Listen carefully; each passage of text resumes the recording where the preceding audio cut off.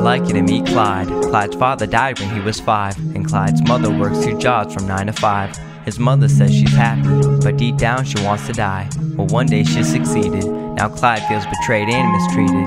Clyde never gets fed, and he only gets beatings, cause the state booked him. And the pedophile Mr. Peterson down the street took him. And all Clyde's dreams have collided it seems, but only in his dreams he lays with no hand of any man can hurt him. But to this innocent child his own dreams seemed a burden. Clyde's heart was hurting, and Mr. Peterson and the policeman both didn't care.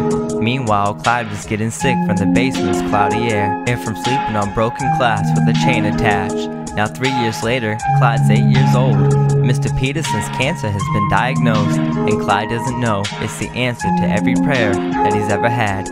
To grow up in a big house with a mom and a dad, cause that summer Mr. Peterson died, and Clyde was on his way to arrive to a new family where they treated him nice, and they never hit Clyde, and they were full of lots of love.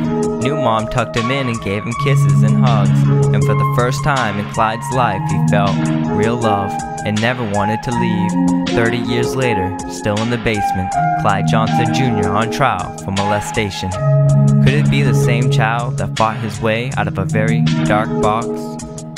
But who would have known that this is the exact cause, the exact disease, where the brain is flawed, damaged from a seed?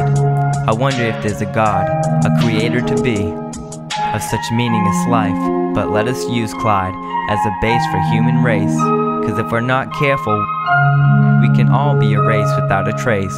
So brace yourself for this. Clyde was slit like society's wrist, and that was all to be heard from 5-year-old Clyde Johnson Jr., who once lived on 33rd. And don't cry, dry your eyes, it'll be alright, my poor child. And don't cry, dry your eyes, it'll be alright, my poor child.